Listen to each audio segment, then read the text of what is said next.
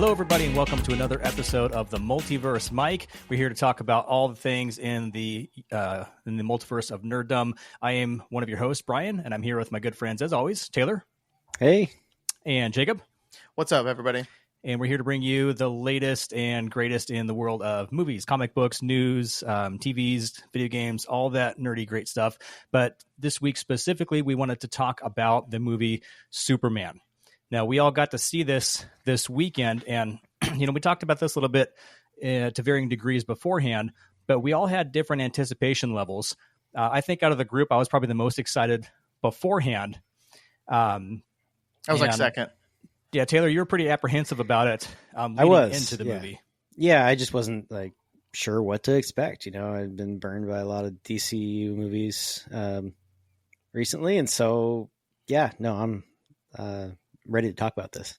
Yeah, and if you take a look back, this new Superman movie is the debut of the new DCU under James Gunn and Peter Safran, and taken over from the DCEU, which was quite the mixed bag of movies, if you ask me. Some of the old DCEU movies I thought were great. Some of them were just absolute garbage. And it was really a mixed bag. But, towards the end of the DCEU's run, there was quite a few bad movies, and they were getting low box office numbers and low reviews. And I think that kind of hurt the DC brand. And I think because of that, people really were pretty apprehensive hearing that they're going to reboot the entire thing. The only thing that really gave me hope and faith in it to begin with was the fact that James Gunn, who I think is a brilliant director and storyteller, was taking over the project. And that led a lot of people to think that this movie wouldn't do very well. Talking about it from a couple months ago, I think the big idea was they're launching this new universe, and they don't necessarily need this movie to do well box office wise, but they need it to be a good movie to build anticipation and enthusiasm heading into a set of new movies and new TV shows to build around this new universe.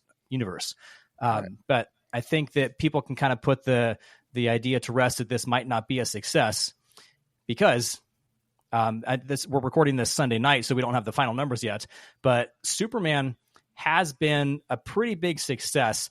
It looks like early numbers are tracking at 122 million domestic. And we're going to talk about the domestic numbers because worldwide numbers, for those of you that aren't familiar with this, are not necessarily the best gauge to judge how well a movie does because it gets released. Some movies get released in a certain number of countries on an opening weekend, and different movies get released in a different number of countries. So we're going to talk about domestic only numbers. So 122 million, which is pretty strong for a movie that not a lot of people expected to do well, especially considering the last little bit of the DCU movies. Do you guys know how that compares to other movies that have come out this year? No, that's what I was looking at. So it's actually the third biggest movie opening for the year. So Minecraft had 162 million. Lilo and Stitch was at 146. So Superman's number 3, if the number sticks. I mean, I guess it could be that there is just a ton of people that went to see it on Sunday, so the numbers could be higher or lower, depending on what the actuals are. But 122 million is a really strong opening, and I'm pretty impressed with that. It seems like that had a really strong word of mouth.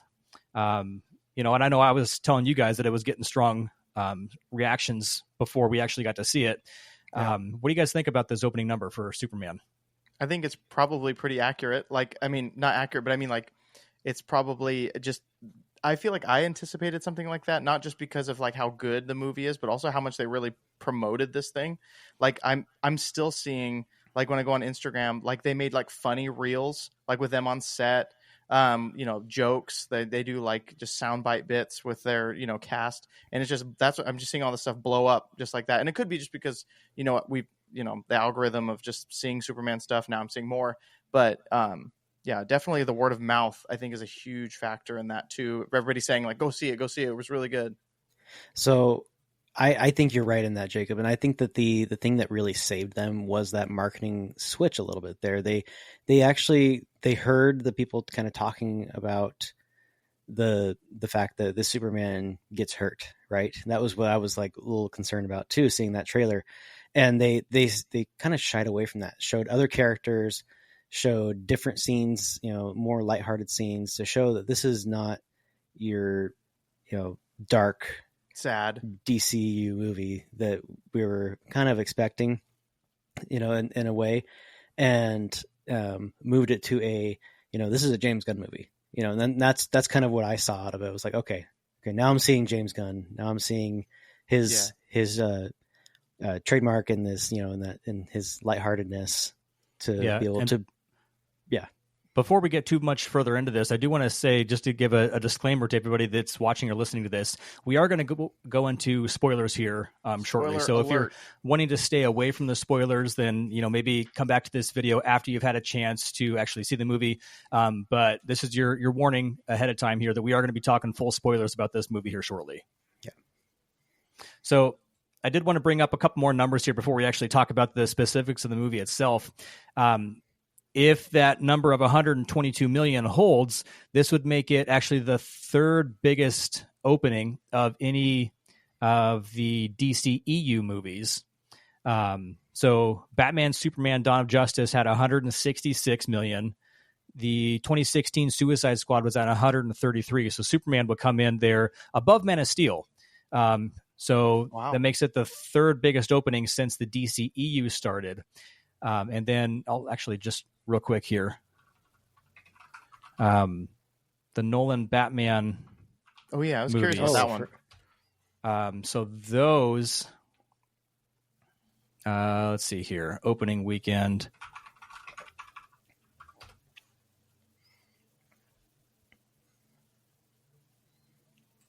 Let's see here.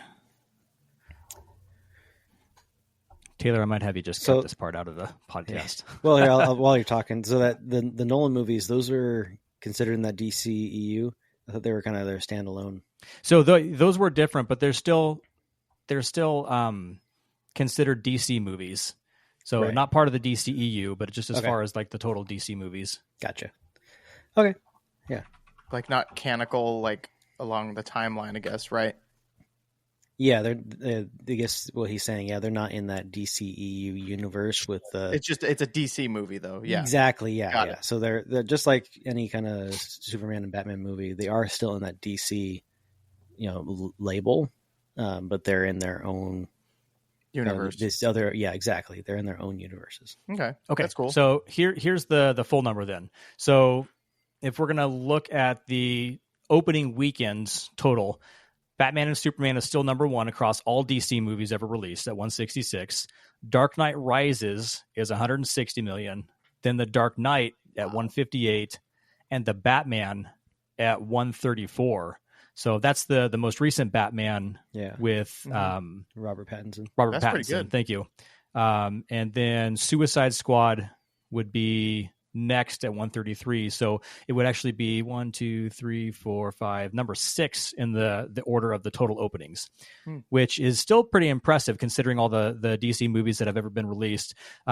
Maybe not as big as what we're expecting from, your typical Marvel movies, but that's not what this movie had to be, right? This movie didn't have to be a huge box office success on the opening weekend, and I still think that it's going to have some legs because the word of mouth is so strong. Last I checked, the audience score was still in like the mid 90% on Rotten Tomatoes, which is pretty impressive. I don't doubt it at all. But I think now we can kind of maybe get into a little bit more of the spoiler discussions. Taylor, you posted a reaction after you watched it on Friday night.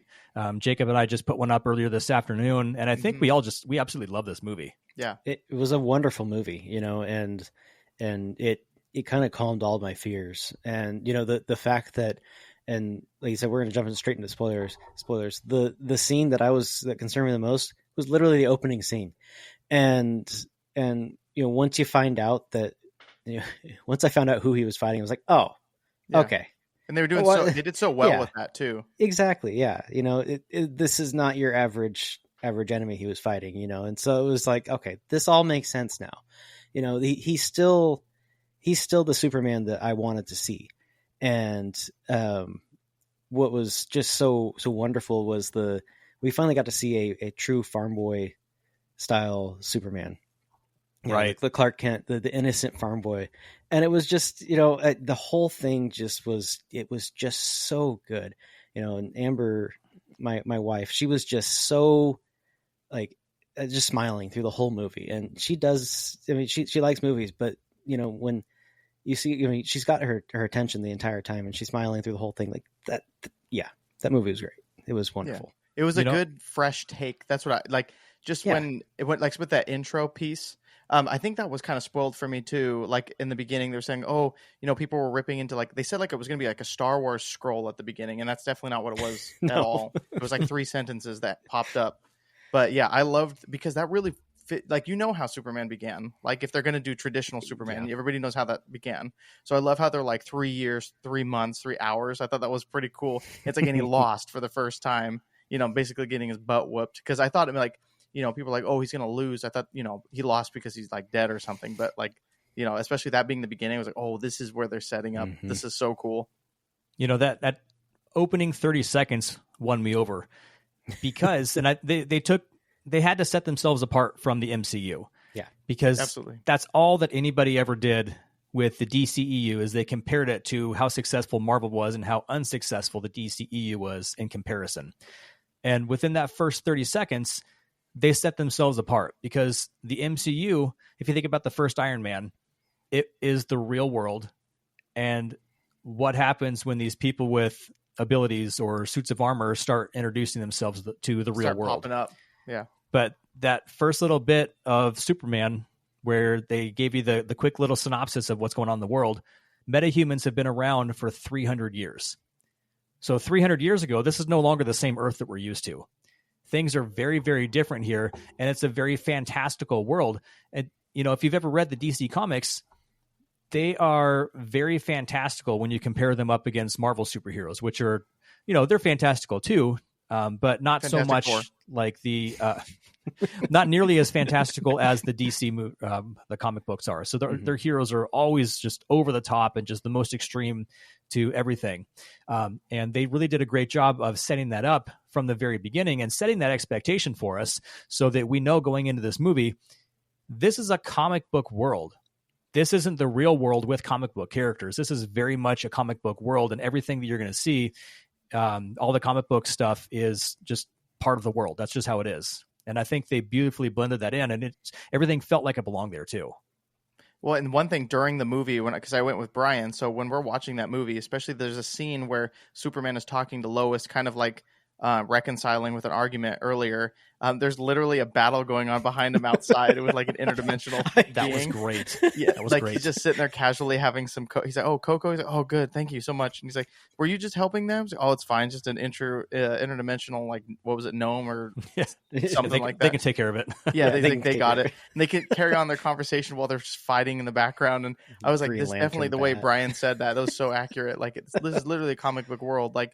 It's like all this stuff is happening. Same with like selfies. People are taking selfies of like like a laser beam vision just breaking buildings behind, and she's just like no big deal. Like this is another day in Metropolis.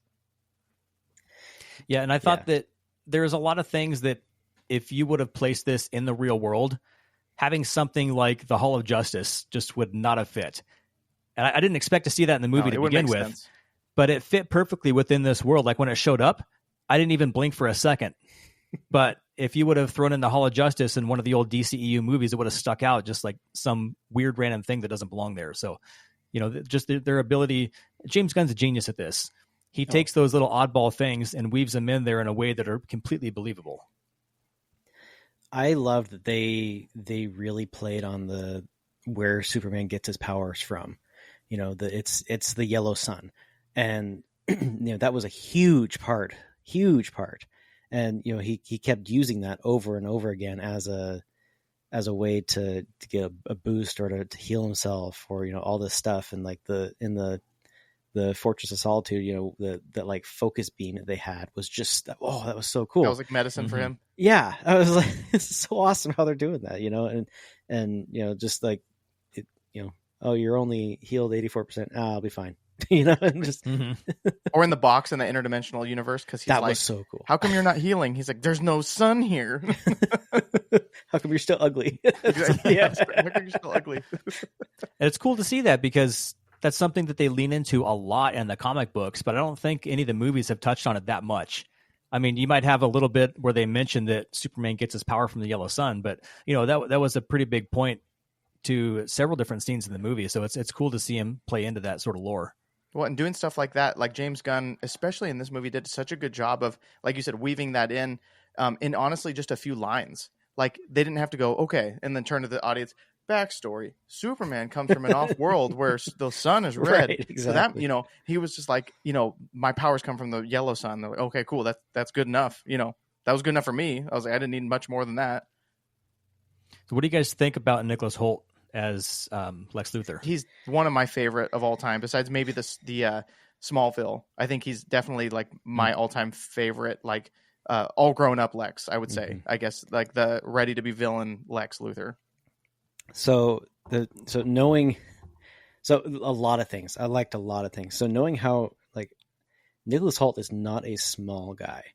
He's actually a very tall guy.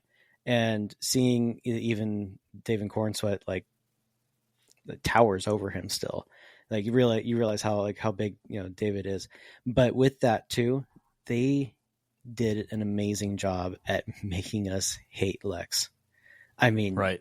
You know, and that's something my wife also said, like, oh, I love that actor, but I hated that Lex. Yeah. Oh, no, I agree. That's kind of what I was going to, actually, that's crazy that you were saying that too. Cause that's what the whole time I was thinking, like, I like him as an actor already, but then you see him kind of go at it, not only with his, like, even the beginning of the movie, it's obvious that he hates Superman. And I was telling Brian this, he has like a team on his side that also hates Superman. Maybe it's more because of they love Lex, but like, you know, you've seen all these projects in the past where it's Lex going, I'll get you because I'm a genius and I'm rich and I'm going to get you with my robots and I'll get you with my, he has like a team of actual humans that are like, yeah, go Lex. Like we got you. And they're like, no problem whatsoever killing. They're like, yeah, let's take him down. Oh yeah. They're 1A, 1A, 1A when they're like shouting out stuff to do. And like, yeah, I thought that was insane. And then him killing a guy, which I'm like, all right, I hate him. Yeah. Like in a good way. Like I hate this villain. I was like, this is awesome. Like how crazy he is. Yeah. Taylor, when you originally, when I was watching your reaction, you were saying something about how you didn't think this movie was good for kids, which I thought was kind of an odd thing to say because I completely expected it to be. But then as soon as they showed that scene where Lex just executes a guy, you know, there's a couple parts like that are pretty heavy. So I think in general, like the DC universe in general is a darker universe than the Marvel universe, and where there is a lot of death, and that subject gets brought up a lot through different themes and the way they do it. And you know, when they brought that out and he brought the gun out, I was like, okay, you know, I almost forgot it was a DC movie for a minute there, and then that popped up. I was like, okay, and that happened. I was like, you know, I look over and there's literally a little kid in the theater right next to me. And I'm like, yeah, that kid shouldn't be here for that. There's a kid behind us too. I was like, oh shoot. But like other parts, you know, that just like little mature things, you know, the little funny things, you know, right at the end with David Fillion with he's bringing up, you know, the Green Lantern's bringing up, you know, middle fingers and stuff with the. That was so good. That was so funny, but yeah, I'm like, yeah, just if you have small children, you know, there's just things you wouldn't want to explain to them yet until they're a little older. Speaking of Nathan Fillion, though, I don't know how familiar you guys are with the Guy Gardner version of Green Lantern. Yeah, but that's something that I didn't think would work, and it ended up playing out so brilliantly. Yeah, he's such a fantastic part of the movie.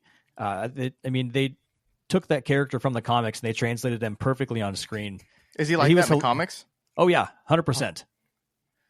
Yeah. No, he's just a jerk, and he ends up getting into fights with other superheroes just because he's a jerk.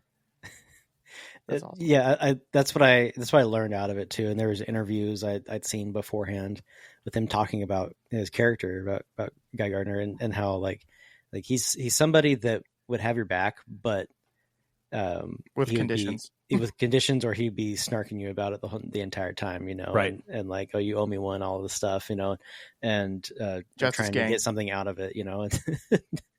Yeah, Justice Gang, you know. But I will say that the way he was almost stating everything, I thought I was going to like be like, this guy is not really adding to the movie at all, you know. The way he was downplaying his character almost, he was amazing. And that this movie was made better because of Nathan Fillion's Guy Gardner.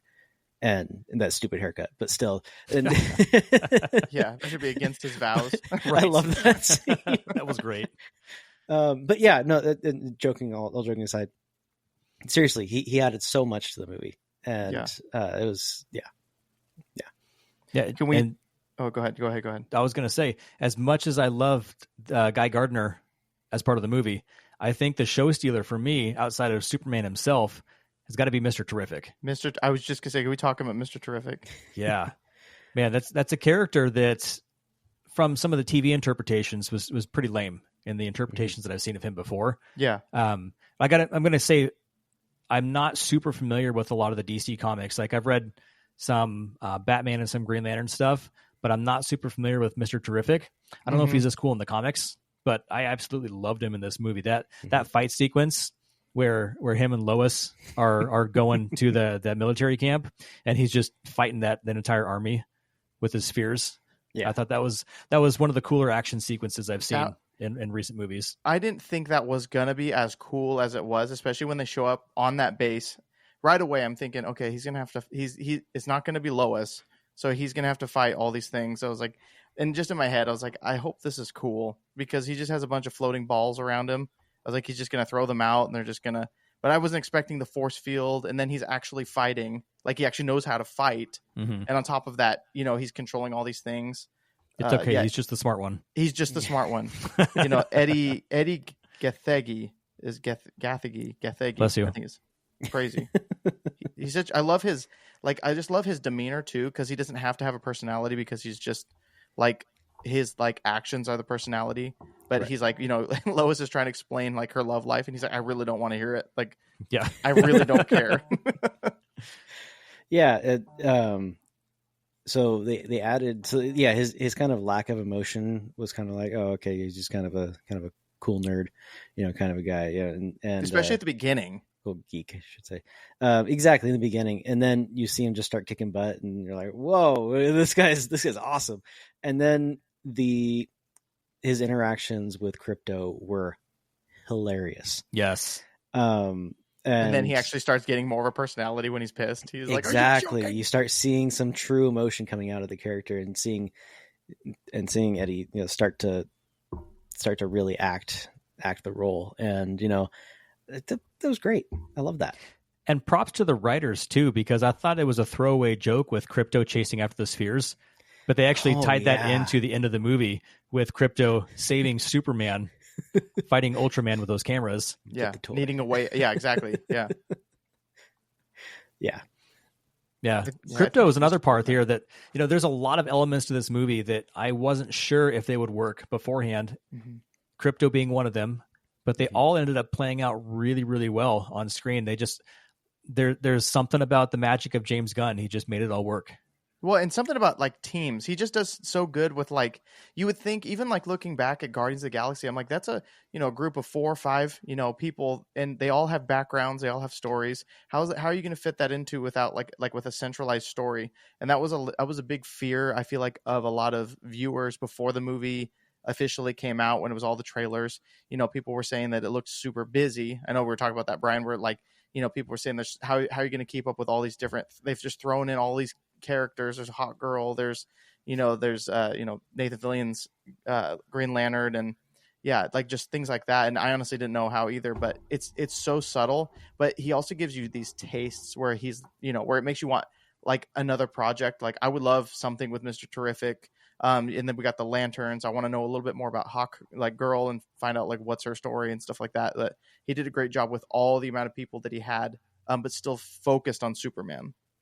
Well, you can see the seeds that he's planting too, because he gave you just enough of a lot of these characters that you can't wait to see more of them. Mm-hmm. And you can kind of tell that they're going to be shooting off to some other stories with these different characters as well. Like, right on. Have you guys seen the trailer for Peacemaker season 2? I haven't. Did you guys watch season 1? Only what I saw with you. Okay. I will now, for sure. In case anybody watching or listening is not seeing Peacemaker, it's completely not for kids. Yes, don't let your kids watch it. But I think it's one of the better superhero TV shows that I've seen. And that's one of the few things that James Gunn is carrying over from the DCEU into the DCU, because Peacemaker season 2 is coming, and of course we saw that little glimpse of Peacemaker in the Superman movie. Yeah, throwing shade at Superman for not being as jacked as buff he is. as him. Yeah. And you got to see the little bits of Rick Flag Sr. in there. And, of course, in the last Suicide Squad movie, Peacemaker kills Rick Flag. I can't remember what that dad's name is. I know it's not Rick Flag Sr., but you guys know what I'm talking about. Yeah. General Flag or whatever. But he's going to be the protagonist, or the antagonist rather, in the Peacemaker show. And, you can see little bits of what they're planning to do with his character leading into the next series. You can see the little bits of the Justice Gang, which is going to turn into, of course, the Justice League, right? Or the Justice Friends. Yeah. Super Friends. Yeah. But, in the trailer for season 2 of Peacemaker, you see Green Lantern and Hawkgirl doing interviews for something. But Peacemaker, you guys have to go check it out. Peacemaker's doing the interview, and they tell him that he's not part of the team. That's awesome. I think I saw that clip. I think I saw something about that. I was looking at they have him as Rick Flag Sr. Okay, that's his Rick Flag his Sr. role. Then. Yeah. So after hearing about that, I'm gonna for sure watch the Peacemaker season 1 and be ready for season 2. With that. So what do you guys think of Alan Tudyk? I thought he did awesome. I love him in everything I've seen him in. Yeah, and things I didn't know he was in. I love him. As soon as Four spoke, I was like, "Oh, that's Alan Tudyk." Yeah. There you go. And there were some other cameos Brian was telling me about, that the other robots. Oh yeah, the other robots. It was Michael Rooker, Pom Klementieff, and Bradley Cooper. That's Bradley crazy. Cooper. That was okay. That was I saw actually, him on the. he was Jor-El too. seeing him as Jor-El, that threw me off. I didn't see that coming. I didn't know he was Jor-El. Yeah, which is okay, cool. Speaking of Jor-El, actually, that was a really interesting take on the Superman mythos, because they stayed true to the original story for most of it, but then they had that little twist in there about how they wanted Superman to basically turn Earth into the new Krypton. Right? They didn't explicitly say that, but that's where they were getting at there with wanting Superman's harem. That was the running joke in the movie. You have a harem? It was an interesting take with that, because they used that to play off of Superman's humanity. Mm-hmm. Right? I've loved that conversation. And Jacob, you went to the bathroom at the wrong time. I did. Jacob had to get off. During the coolest probably scene between his parents, his Earth parents. Yeah, Jacob missed that conversation between no more large Clark Diet and Pa Cokes. Kent. Not by yourself. Yeah. So that line that he said about how it says more about who you are based off, I don't know the exact wording, but based off what of you choose and what you do. You heard the first half of that message and what you wanted the second half of it to be, rather than what they actually said. Mm-hmm. Your humanity is based off of the actions that you choose for yourself, and not what people try to determine for you. Yeah, we're here to help you make fools of yourself. You're there to put the pieces back together, something like that. Mm-hmm. What's his name? John Kent. Mm-hmm. That actor did amazing at pulling my heartstrings, because when from the first moment you see him and his wife, because they're like, is our son going to be okay? Yeah. And then they're just touching him, and they're crying. So I was like, oh, that's good. Man, that interpretation of Jonathan and Martha Kent is my favorite that I've seen. I think that's my favorite. Yeah. Yeah. It was such a different take, because they made him so Southern, I guess, is the best word for it. A little bit, yeah. No, no, but no. That was good. They're the betrayal of Jonathan and Martha. It was so innocent, right? And it kind of it made sense why he was such a that innocent farm boy feel as well, and because Superman his character is defined by his Earth parents. Right. And you could feel that with the way that those actors portrayed Ma and Pa Kent. Mm-hmm. Yeah, I mean the idea is, he was sent as a baby. He doesn't remember like true memories of Krypton. His entire he says this as well. He is human as far as he knows. As far as he sees, and it's not up to them to tell him that he's not truly human. Yes, he's got superpowers, but so does a lot of other people in this universe, and Right. to him, he's grown up in this universe where there are superheroes, where there are very extremely strong beings. And yes, he is the strongest of them all, but he still tries his hardest to protect the human race, because that is that's his home, Earth is his home, and that's what he's there to do. Well, and it's crazy because like before this movie came out, one of the biggest statements I saw floating around social media was that James Gunn has said in multiple interviews that this Superman can be beat. And that for a while I was kind of like, oh, come on. I was like, so he's just going to be punched around by every villain that comes at him. But like, I didn't realize what that meant, because he still has the potential that he is the strongest of them. Mm-hmm. He just, when caught off guard in whatever way, emotional or just like dynamic, because like Lex got him because of like splitting problems, where it's like, what are you going to do when one thing's happening over here and one thing's happening over here? So like now I understand what he meant too, because it's like not necessarily physically beat, but he was trying to be mentally like beat, but he didn't like specify also, but he could overcome that. Like he's still stronger, he's still smarter. I kind of really liked that too. But I was going to ask you guys too, what did you think about like the conflict that they kind of made going on between those countries? I thought that was really interesting, because I've always wondered, like even in comics, like what do the people think when Superman shows up in another country, stops a conflict, and it's a good thing, but then everybody else is like, or like, what would that look like even in the real world? I know this is their real world, but like, showing up and stopping a conflict, like good or bad, because they're like, especially when Lois is interviewing, he's like, did you talk to the president? Did you? And he's like, well, I mean, no, I hurt some tanks and nobody was hurt. And I was like, I've always wondered that. So in that show, Superman and the Superman and Lois, yeah, that was a good one. They actually they kind of cover that a little bit, where he's literally in the middle of talking with a U.S. military person, and he hears an avalanche happening in Russia, and he takes off and stops the avalanche. That's right. Saves the people, and he's speaks like, you're to them American. but he speaks to them in Russian, and you kind of get the feeling there that Superman is there just to save humans. Like doesn't matter who where they're from. And I felt like that was something they did well in that show. And then they turned it around to this movie and kind of did it again. Yeah, and it was good. I loved that. Yeah, they did a really good job in this movie about playing up the good nature of Superman. In very serious ways, where he doesn't want to hurt the kaiju. Mm-hmm. And all he's when his dog gets kidnapped, he doesn't even like the dog, but he wants to go save the dog because it's probably alone and afraid. Right. And that's all he cares about. He saves the squirrel or the chipmunk, which is like, what? That was awesome. And if you notice too, like this, it's a tiny detail. Like it's so small. He tries his best not to like say bad words. Like maybe in private. I loved that aspect. Because you see, he's like, so funny. He's looking at me. He's like, gosh darn it. Like he's like looking up at the kaiju or whatever. And I was like, he just straight up says golly a couple of times too. Oh yeah, golly. Golly. I know. Exactly. He's like, gosh. Like he says gosh, where like I was like, wow, I did not think he was going to say something as silly as that. Like it was, but yeah, that was hilarious.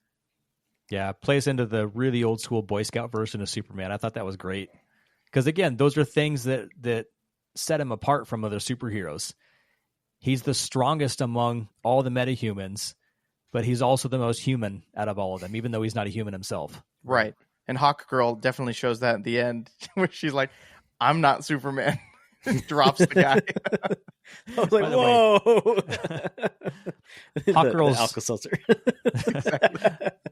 Hawk Girl's line about he's blinking me to death. Yeah, because she's caught in the over here blinking like I use eyeball. I like when she like, because some of her lines were like, she wasn't even really in it that often, but when she was, like, she actually did a great job. Because some movies where they're like, oh yeah, that character's here too. I feel like that was never an issue in this movie. Even with Element Man, like I was like, Metamorpho? who is that? Metamorpho? Yeah, Metamorpho. Yeah, where he's like for his few scenes, the first time you see him, I was like, who the heck is that? But then all of a sudden he's very real. He's very emotional. I was like, this is really good. But even with like Hawk Girl, where she makes these jokes where she's like, I hate that name because makes it sound like we're a cowboy gang or something like that. Like we're cowboys because we're the Justice Gang. The Justice Gang, yeah. And then at the end when he's like, that's cool. He's like, okay, you're in. You're in. Right. Yeah. Any closing thoughts about the movie? I mean, we could sit here and talk about this for hours, yeah. but I would say if you're on the fence, probably not anymore. If you're seeing everything coming out, like with reactions and our reactions and stuff, but if you're still on the fence where you're like, I really liked Henry Cavill and because so did I. Like I did like him being Superman, especially Man of Steel. I liked Man of Steel. This is a completely different take on it, but I think it's a good fresh take. And if you like Superman, I think you will like this movie. I think this will be a good step into this new DCU universe or DCU. I think I recommend it to anybody that is like old enough, probably like not little kids. I know we've talked about that, but probably not. But if you're interested, I do suggest it. Hopefully, if you're watching this far into the video, you've already actually seen the movie. Right. Exactly. They probably stopped halfway through, watched it, and like, okay. So I do think this is gonna appeal to a much broader audience than past DC movies. Right. By the way, yeah. Go ahead, Taylor. My closing statement will be: this is the first Superman movie where I've actually not forgotten who the character Jimmy Olsen is. Yeah, and we didn't even mention him. And so the fact that that's a character that I liked in this movie, along with pretty much the entire cast. Yeah. It felt like everybody did an amazing job. I mean, wow. What great writing, what great casting. James Gunn did it. Oh my God. What an incredible. I like the movie. way you said that too, because that made me think about that too. Just like, sorry, adding on to my closing statement. Yeah. But no, like every single person, I'm looking back, I'm like, yeah, that person was cool. That person was cool. That person was cool. That person was cool. Like these little, even if they had one scene, like they were memorable. From the guy who saved him at the beginning, how they made him a twisted villain for just finding random person who helped Superman and just shooting him. Like those little things where I'm like, every single person James Gunn carefully cared for to make you care for those characters, if that makes sense. Like I just think that's very good writing, directing, producing. I think that's amazing.